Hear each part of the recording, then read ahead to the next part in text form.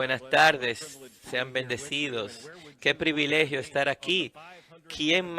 ¿Dónde más quisieras estar en el aniversario de la Reforma que aquí en la conferencia de Ligonier? Es un gran gozo. Yo recientemente estaba leyendo algunos de los profetas del Silicon Valley diciendo que van a resolver el problema de la mortalidad. Están tratando de ver cómo van a resolver todo el tiempo que van a tener por ganarle a la muerte. Quizás se van a subir a la nube digital. Pero yo sugiero que por si acaso no le ganan a la mortalidad o si quizás alargan la vida humana, vamos a marcar el 25.017, el 2517, para celebrar los 1000 años de la Reforma. Pero no creo que lleguemos allá. Qué privilegiados somos de que estamos aquí vivos en este momento y que estamos entre aquellos que reconocen por qué esto es importante. ¿Por qué celebrar la Reforma? No es solo cuestión de recordar eventos históricos, sino proclamar que la fe es articulada y no nos da ánimo el gozo de la Reforma, la luz después de la oscuridad, la luz. ¿No es eso lo que oramos y pedimos en nuestras iglesias? Es un gran privilegio ser profesor de Ligonier. Qué privilegio servir y enseñar con R.C. Sproul.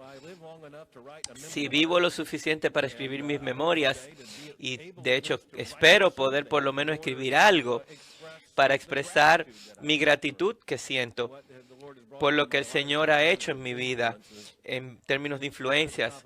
Y ahí mismo, en el tope de la lista, hay pocos hombres y R.C. Sproul va a ser uno de ellos.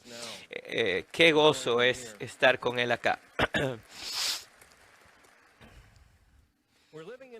Estamos viviendo en un tiempo interesante de la historia humana. Es difícil comprender todo lo que está ocurriendo alrededor. Reconocemos que la civilización se nos está moviendo abajo de los pies y la aceleración de estos cambios está llegando en una velocidad que realmente no sabemos qué va a ocurrir mañana, qué va a salir en las noticias. Estamos perdiendo la habilidad de sorprendernos y asombrarnos. Una frontera tras otra, una institución tras otra es destrozada. Se están desbaratando una civilización por personas que dicen que al hacer eso están ayudando a la humanidad. Pero también vemos otra cosa. Aquí estamos nosotros, unos años en el siglo XXI, y ya estamos experimentando lo que solo se puede describir como la muerte del sueño liberal.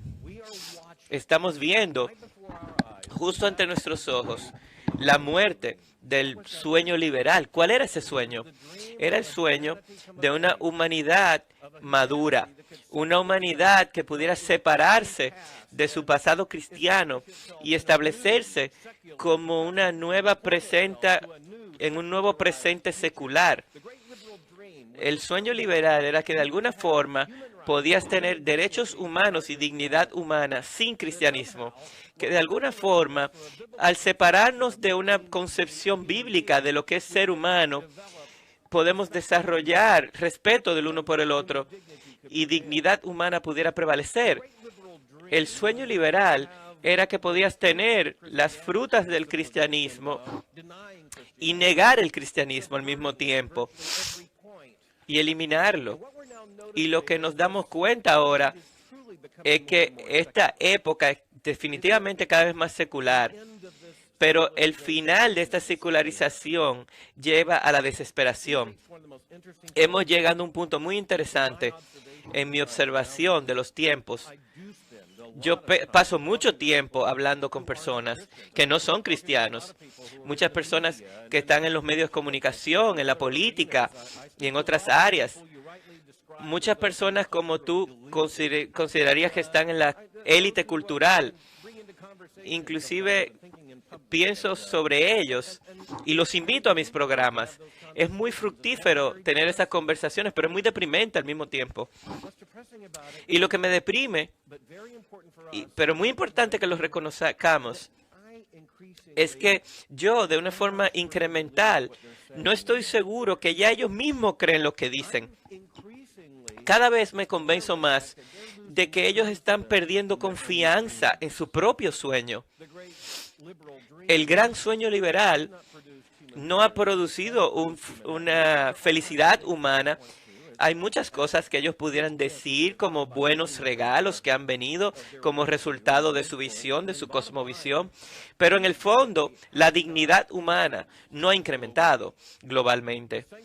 La santidad de la vida humana no ha sido más afirmada, sino menos afirmada. Lo vemos ahora, la santidad de la vida humana siendo negada no solo al inicio, sino en cualquier punto del espectro de vida.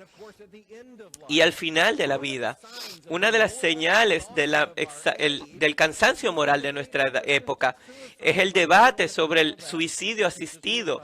Y no lo quieren llamar así ya. Ahora quieren llamarlo asistencia para morir. Nosotros morimos por nuestros eufemismos. Nosotros creamos un cambio moral cambiando de nombre a algo. Ya no es adulterio, es un encuentro. Le cambias el nombre, es un eufemismo, es un camino para hacerlo normal. Cuando ves una sociedad que acepta la eutanasia y el suicidio asistido, tenemos que llamarlo por su nombre.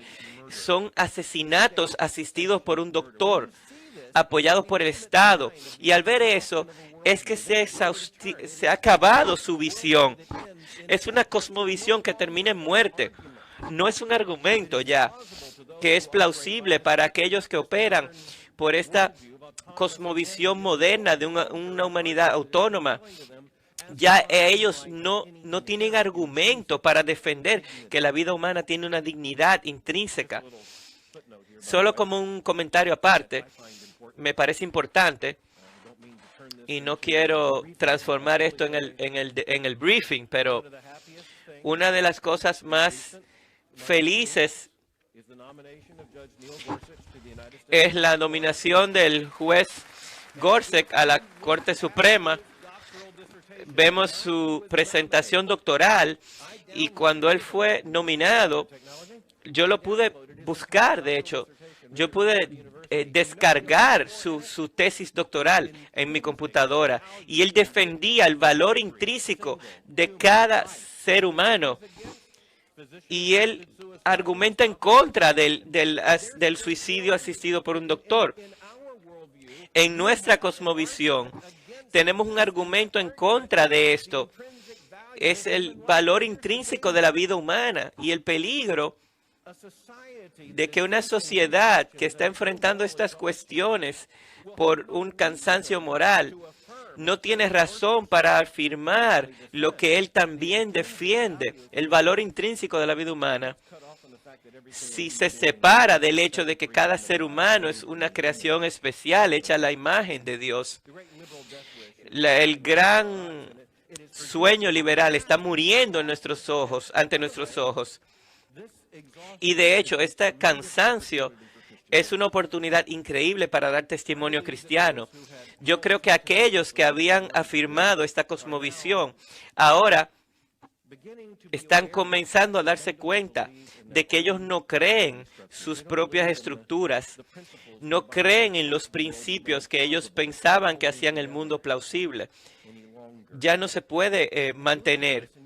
Y miras esto y te das cuenta de que no es por accidente que hemos llegado a este punto. Mi responsabilidad en el tema que yo usualmente enseño, y mi tema para hoy, era la trayectoria de la teología desde la Reforma y el rol de la doctrina en la vida humana. Y decía, bueno, pero ¿y cómo vamos a llegar ahí? Bueno, estoy trabajando de forma inversa. Llegamos ahí dándonos cuenta de que tenemos que explicar lo que ahora estamos observando. Mientras miramos el mundo alrededor, nos damos cuenta de que no llegamos aquí por accidente. Entonces tenemos que volver a la reforma.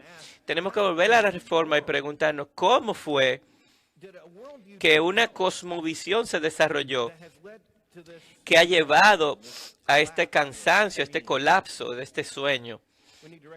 Tenemos que reconocer que la vida moderna nos prometía que íbamos a ser rescatados por la ciencia, el cientismo.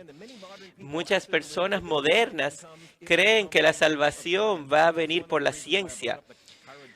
Por eso hablaba de la lucha en contra de la muerte y el transhumanismo. No es un accidente que esto está ocurriendo. Ellos sí realmente creen que la tecnología nos va a salvar o no nos vamos a salvar. Y tiene que encantarle esto. Aquellos que creen que la ciencia nos va a salvar y se entregan al cientismo, ellos, bueno, recibieron una llamada esta semana. Ustedes estaban pensando que están viendo televisión, pero tu televisión te está viendo a ti. La tecnología no te va a salvar. La tecnología probablemente nos va a matar, de hecho. Estamos viviendo en un tiempo extraño. Nos prometieron que la medicina nos iba a salvar. Que la medicina ha traído muchos avances. Yo estoy vivo hoy por la medicina moderna, por antibióticos, por operaciones antibióticos. Pero la salvación no ha llegado. Y la salvación nunca va a llegar por la medicina moderna. Nos dijeron que la terapia nos iba a salvar. Lo que realmente necesitamos es terapia. Si pudiéramos llegar a un buen terapeuta, encontrar una psicología, si pudiéramos llegar a una fuente terapéutica, pudieras mantenernos firmes. Pero se han dado cuenta que cuando vemos en la sección de los libros y ves los títulos, se están acabando sus respuestas terapéuticas. Pronto vas a necesitar terapia por leer uno de los libros sobre terapia. Es un razonamiento circular. O estás en terapia o lo estás negando. La terapia, por definición, puede ser necesaria en algunos casos, pero no te puede salvar. No te puede dar salvación. Y lo más clásico, nos dijeron que la liberación sexual nos iba a dar felicidad. Y ves la revolución sexual. Y eso no ocurre por error. Es el resultado de una ideología, una cosmovisión, una revolución en contra de la teología, en contra del Creador, en contra del cristianismo. Estamos eliminando la moralidad bíblica cristiana y se le ha prometido al mundo que si la eliminan van a encontrar felicidad. ¿Pero existe la felicidad? No, hay desesperación, quebrantamiento. Elton Trueblood era un hombre que en mediados del siglo XX decía que la civilización, si te das cuenta, es como una civilización que cortaba flores. Todo aparentaba que iba más o menos bien. La civilización estaba intacta al final de la Segunda Guerra Mundial. Pero si vas a los 90, aparentemente la historia se movía en una buena dirección. Habían personas que hablaban del final de la historia, de que vendría un libramiento a través de la democracia global, la caída de la Unión Soviética, el comunismo, que iba a haber una era mundial de democracia y la promesa de que al inicio del siglo XXI la dignidad humana iba a florecer y iba a haber paz a nivel mundial. ¿A dónde se fueron esos sueños? En un sentido, el siglo XXI fue un rechazo a ese sueño. Ese sueño era plausible para muchos, pero muy rápidamente la civilización cayó en una guerra como la Primera Guerra Mundial y seguida por la Segunda Guerra Mundial. Una catástrofe mundial. Y al final de todo eso había nuevamente un surgimiento de que las cosas iban bien, de que la democracia estaba funcionando y que todo estaba bien, que el comunismo iba a fallar y que la democracia y todo iban a ser como nosotros. Pero ¿qué pasó con Al-Qaeda e ISIS? ¿Dónde encajan ahí? Una de las cosas que debemos destacar es que una civilización que se ha vuelto secular no tiene una defensa en contra de un enemigo teológico. Los líderes europeos seculares habían pensado que le habían ganado la teología, pero la teología viene hacia ellos. Una teología muy diferente a la que ellos pensaban. Estamos viviendo en un tiempo muy interesante. ¿Y cómo fue que llegamos acá? Bueno, hay algunos que dirían que parte de cómo llegamos acá fue justamente la reforma. Una de las distinciones entre alguien en la época medieval y alguien moderno es que pensamos en individuos. Nadie hubiese reconocido eso antes, en la época medieval. Y le echan la culpa a Lutero por lo que él dijo, cuando él dijo que no podía hacer nada más que lo que Dios deseaba. Bueno, decía, aquí estoy yo.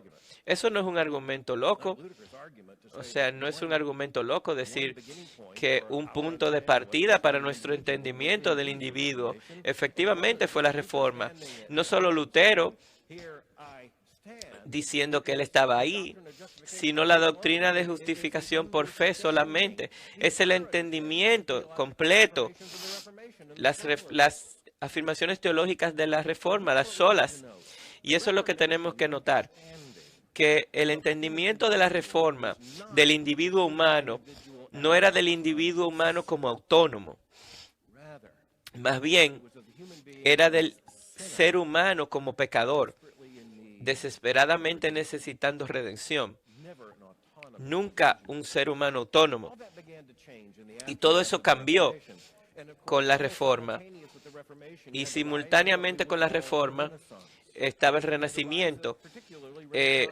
La popularidad del humanismo son cronologías paralelas. Ustedes recordarán, y de hecho si no han leído el debate entre Martín Lutero y Erasmus sobre la voluntad, búsquenlo.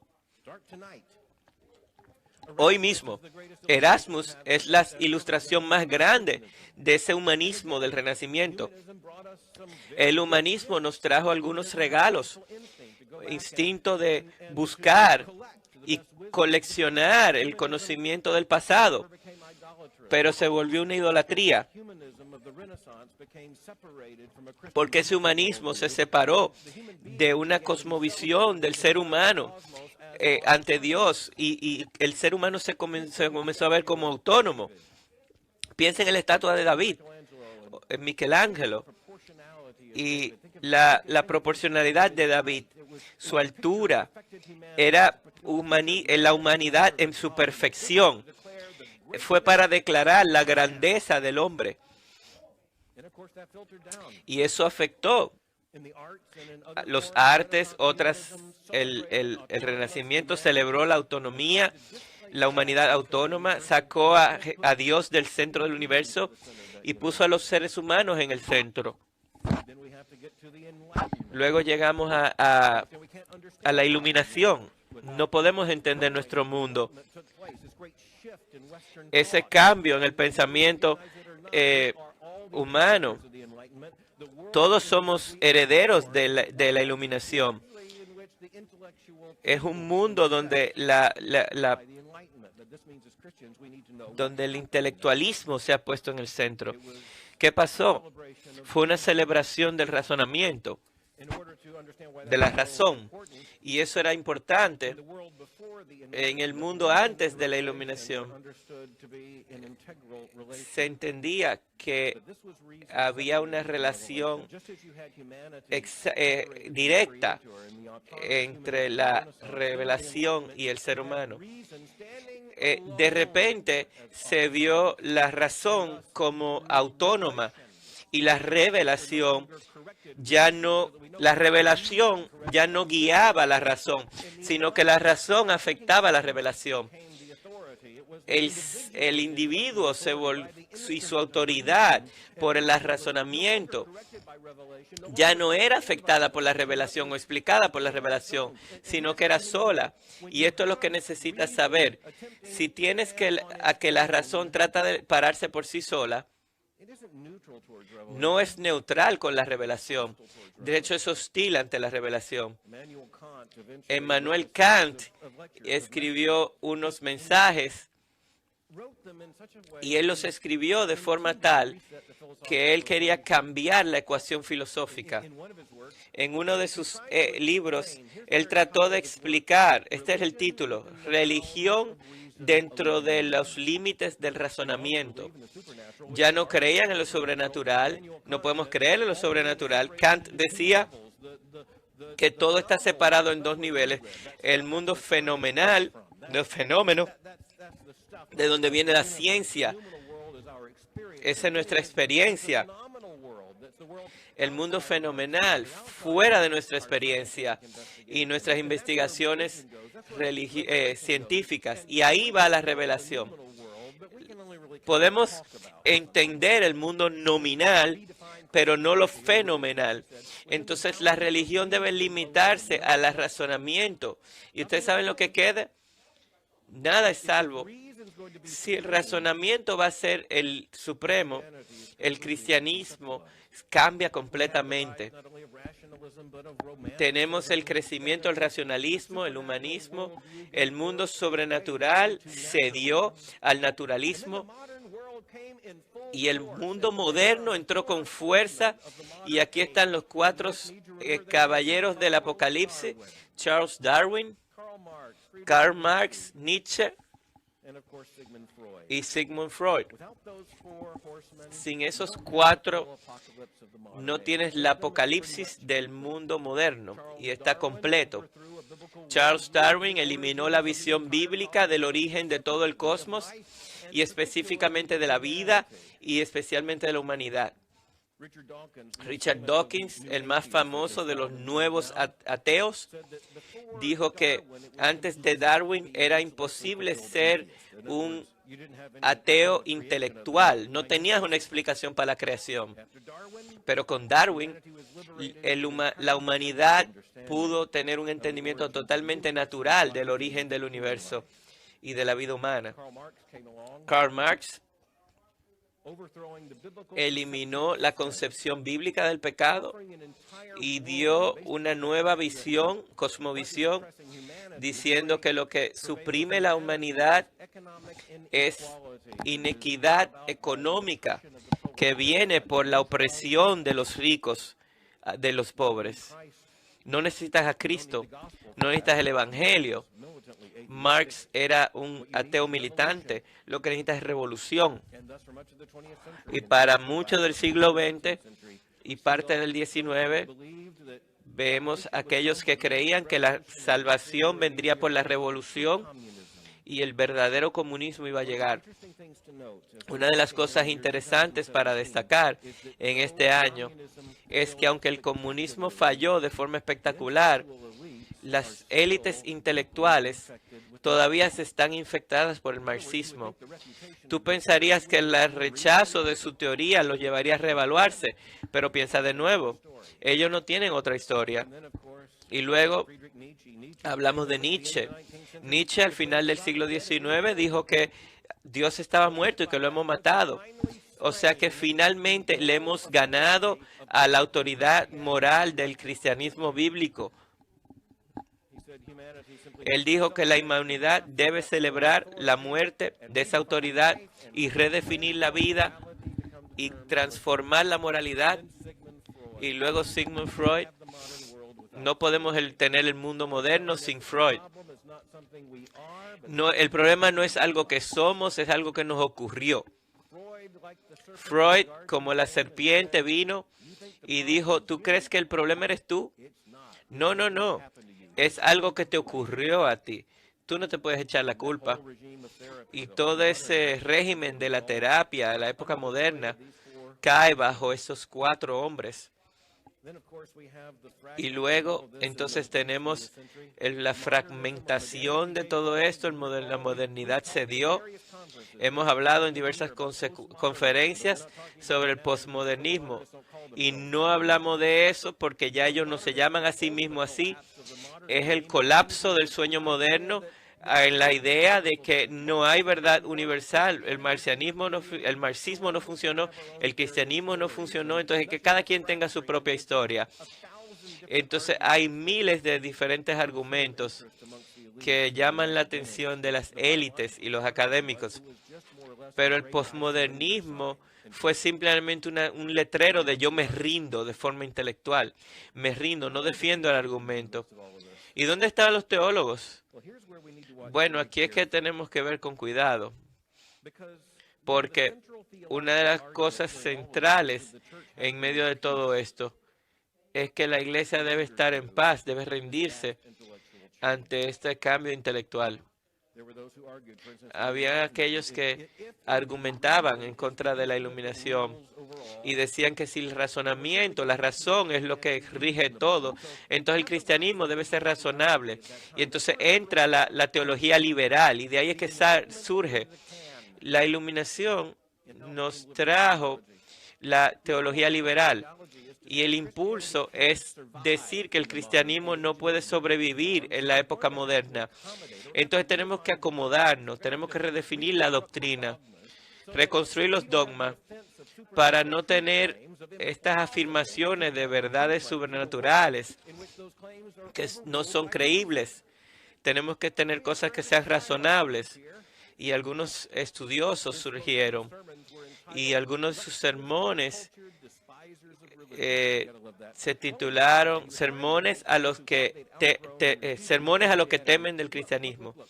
Y les decía, no te preocupes por la doctrina, no te preocupes por los dogmas, lo dejamos atrás. Podemos ofrecerte a esta cosmovisión secular un poco de valor agregado, de espiritualidad. Puede tener los beneficios de diversas experiencias, los beneficios de una felicidad espiritual. No rechaces la iglesia porque quédate. Entonces él decía que podemos eliminar la doctrina y redefinir el cristianismo como un sentimiento. ¿Eso les suena familiar? Él ha estado muerto por mucho tiempo, pero todavía predica en el cable. Él todavía aparece con una gran sonrisa diciendo que todos son sentimientos. Y con Freud, que Dios quiere que tú seas saludable. Tú no puedes echarle la culpa a nadie, tienes que ser feliz. Si pensarías mejor, le puedes agregar espiritualidad a tu vida y no tienes que aceptar la doctrina. Los liberales rechazaban, pero los nuevos simplemente lo brincan. Ellos brincan la doctrina y comienzan a tener sentimientos. Los teólogos liberales tenían un problema con el cristianismo y era la autoridad de la Biblia y tenían que destrozar eso. Así que el proyecto teológico liberal en Alemania especialmente, estos escolares alemanes, los alemanes, no por accidente, estaban muy adelantados y aplicaron la iluminación a la teología. Y ellos vieron el Antiguo Testamento y pensaron que era vergonzoso. Ellos decían que esto era una deidad tribal con buen humor, mal humor, es represivo, con todas estas órdenes de qué hacer y qué no hacer. La autoridad, la escritura, no se sabe quién escribió de Moisés. Y llegamos a la literatura del Este. Y hicieron con el Nuevo Testamento lo que hicieron con el Viejo. La teología liberal lo que dice es que para salvar el cristianismo es eliminar la carga doctrinal y tratar de retener la espiritualidad. Uno de los nombres que viene a nuestra mente en el siglo XX es Henry Fossenbacher. Era un pastor de una iglesia presbiteriana es bien confuso, era bautista, luego presbiteriano, pero no era cristiano, era un hereje. Y él nos sirve porque él fue muy abierto sobre lo que él entendía era el reto para la época moderna. Y abiertamente dijo que teníamos que rendirnos. No puedes predicar la Biblia como si fuera verdadera, según él. Entonces tratas de rescatar un poco de su significado. Y otro gran dudoso y escéptico, por lo menos respetó a los escolares a los estudiosos conservadores, porque él decía y reconocía que por lo menos estaban comprometidos con el cristianismo histórico. Y él dijo que los liberales han reducido el cristianismo a algo que no tiene más significado que cualquier historia para niños. Y te voy a decir algo, si vas a reducir al cristianismo a cuentos para niños, pues tienes que escribirlos nuevamente, similar a lo que ha ocurrido con la historia de la Bella y la Bestia. Tienes que meter nuevos personajes. Eso es lo que está pasando en las iglesias liberales. Están incluyendo nuevos personajes. Los teólogos liberales son muy pálidos, muy hombres, muy rectos. Definitivamente muy hombres en contra de las mujeres. Tenemos que traer nuevos personajes y estas historias han cambiado con el tiempo. Al inicio del siglo XX, había lo que se llamaba la neo-ortodoxia, que trataba de decir que podemos tener los dos. Podemos tener algo de doctrina que continúa y un compromiso nuevo con el razonamiento iluminado. Y eso era como encontrar un punto medio entre el cielo y el infierno, entre el liberalismo y el cristianismo bíblico. Y no siquiera duró una generación. Falló de una forma espectacular, porque neoortodoxia, bueno, se los pongo de esta forma, si vamos a llamarlo neoortodoxia o vamos a tratar de crearlo, no va a ser eso al final. Entonces, ¿qué es lo que ha ocurrido? En esta época posmoderna, todo cayó en argumentos sin fin sobre esto y aquello, y cada quien estaba haciendo sus propios cuentos. Lo mismo ocurrió con la teología. Se transformó de una neortodoxia y luego explotó en muchas cosas. Ahora tienes teología feminista, luego liberación, teología de la liberación, y esta teología y aquella. Y todo no es teología, bueno. Es solo una masiva mezcla de confusión. Es el cansancio secular que se demuestra en cansancio teológico. Y ahí estamos. Las iglesias liberales y denominaciones prometen que si hacemos estos cambios, el mundo secular no va a amar. Van a venir a tus escuelas, van a venir a tus iglesias, y ha sido un éxito. La iglesia episcopal está a punto de explotar. El Washington Post escribió un artículo donde explicaba que la iglesia episcopal va a desaparecer. En otras palabras, no solo era una apostasía que ni siquiera funcionaba. ¿Por qué? Porque en una época secular, ellos no necesitan a la religión para nada. Recientemente, un cura de la Iglesia de Inglaterra reflexionaba en los medios de comunicación y decía que en su ministerio él se ha dado cuenta que él hace cada vez menos funerales. Aguanten un poco. La gente se sigue muriendo. Lo que él quiso decir es que inclusive personas cuasi seculares iban a los funerales de la iglesia. Ahora la gente es tan secular que ni siquiera lo llaman cuando van a morir. Ni siquiera funerales él hace. ¿Hay alguna otra historia? Gracias a Dios lo hay. Hay una historia que corre desde la Reforma y que traspasa la época del protestantismo y surge a través de hombres, profesores fieles hasta el día de hoy. Y hermanos, ustedes deben reconocer qué tan extraño y tan diferentes nos vemos del mundo alrededor de nosotros, porque estamos directamente mirándonos unos a otros y diciendo que estamos tratando de decir exactamente lo que apóstoles dijeron, escucharon a Jesús decir. Estamos tratando de creer y enseñar la fe enseñada por toda la época. Y Pablo habla de esto en Primera de Corintios capítulo 3. Primera de Corintios 3.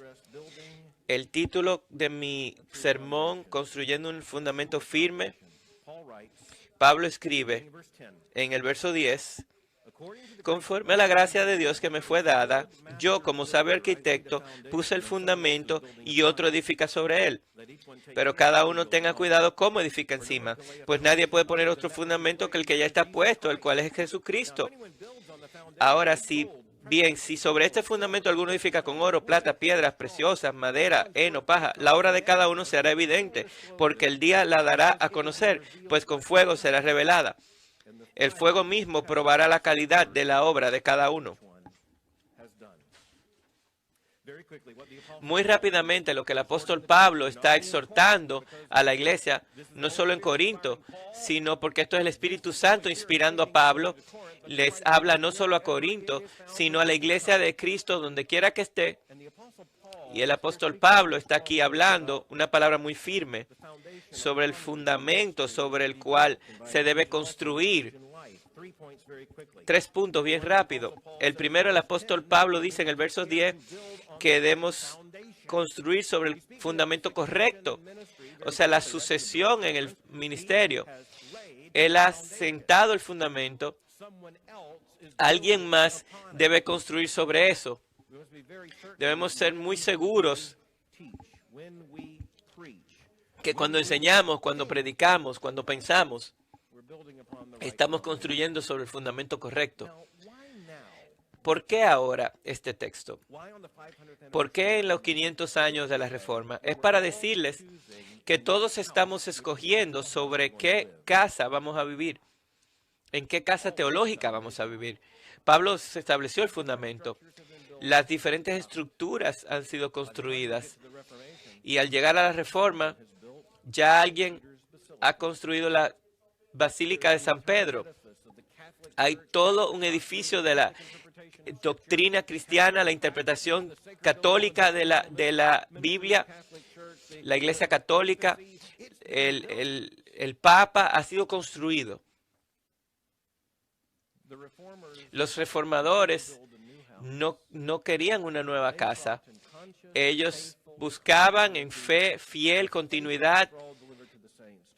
Ellos querían establecer esa iglesia que Cristo había establecido y sobre la cual Cristo dijo que no iban a prevalecer las puertas del infierno. Y cuando ves a los reformadores, Lutero, Calvino, sus afirmaciones, las 5 solas, aunque no fueron expresadas en esa forma directamente, cada una de ellas fueron afirmadas por todos los grandes reformadores, especialmente Calvino, Lutero. Pero Calvino y Lutero, como decía el doctor Sproul, ellos dijeron desde el inicio, no es algo nuevo, es la reforma de la iglesia, una iglesia reformada por la palabra, y esa reforma va a producir una iglesia que se va a parar sobre la fe entregada a los santos. Así que ahora estamos escogiendo en qué casa vamos a vivir. Hay diversas casas teológicas, parte de por qué estamos reunidos acá y parte del gran regalo para la iglesia que es Ligonier, es que estamos aquí para decir que pertenecemos en esta casa, queremos vivir en esta casa, queremos vivir en la casa de ortodoxia bíblica fiel, en la casa de autoridad bíblica, en la casa de prédica expositiva, vivir en la casa de protestantismo, en la casa sobre la cual el Evangelio de Cristo se celebra. Eso es lo que queremos afirmar, en esa casa queremos vivir.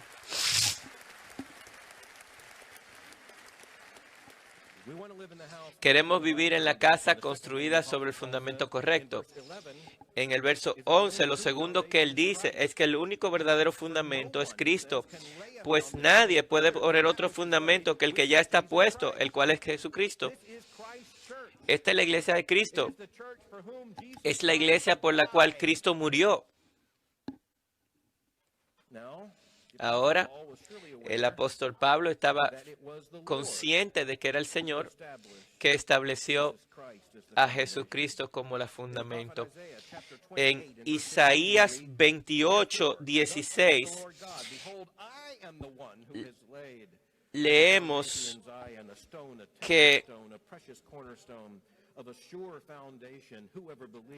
por tanto, así dice el Señor, aquí pongo por fundamento en Sión una piedra probada, angular, preciosa, fundamental, bien colocada.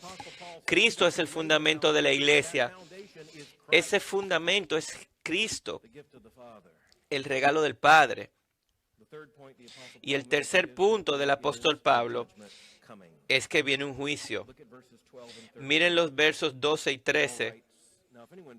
Pablo dice que si alguien construye con oro, piedras preciosas, el trabajo será manifestado para el día del juicio, porque será revelado por fuego, y el fuego probará la obra de cada quien. Los líderes de la iglesia en esa época llamaban a los reformadores herejes y los acusaban de ser arrogantes.